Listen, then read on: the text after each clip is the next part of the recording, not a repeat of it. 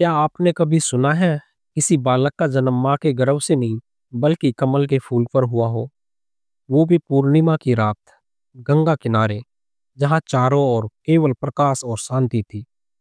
वो बालक कोई साधारण नहीं था, वो थे संत कबीर, जिन्होंने अंधविश्वास के अंधेरे में ज्ञान और भक्ति का दीपक जलाया।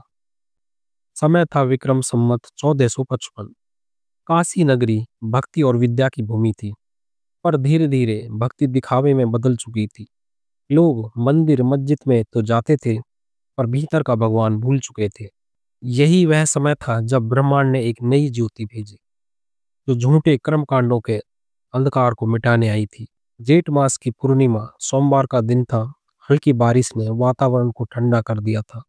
आकाश में बादल, धरती पर कमल खिले हुए थे।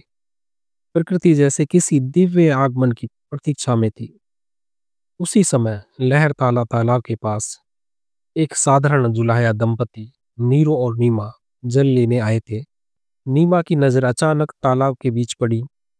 एक कमल के फूल पर एक बालक लेटा हुआ था।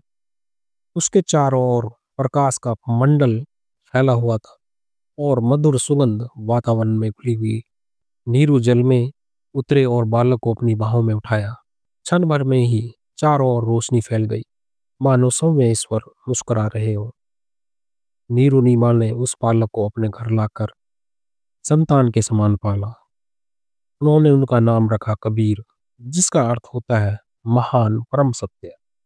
यह समाचार पूरे काशी में फैल गया। लोग कहते, यह बालक कोई साधारण बालक नहीं, इसमें कुछ दिव्य है।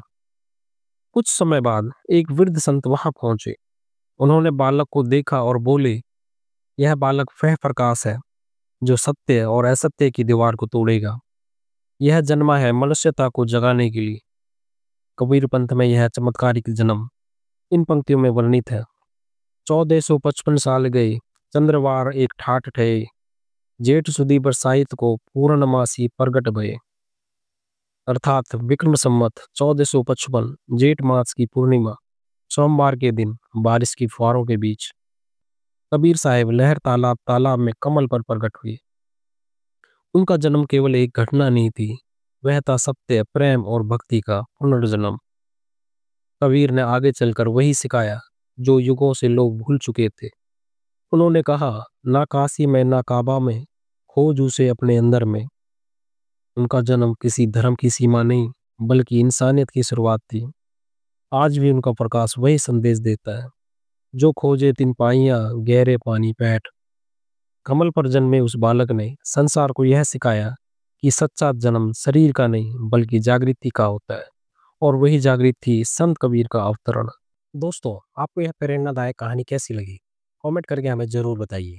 अगर वीडियो अच्छी लगी हो तो इसे लाइक करें, अपने दोस्तों के साथ शेयर करें और हमारे चैनल को सब्सक्राइब करना बिल्कुल न भूलें। आपका समर्थन ही हमें और अच्छी कहानियाँ लाने के लिए प्रेरणा देता है।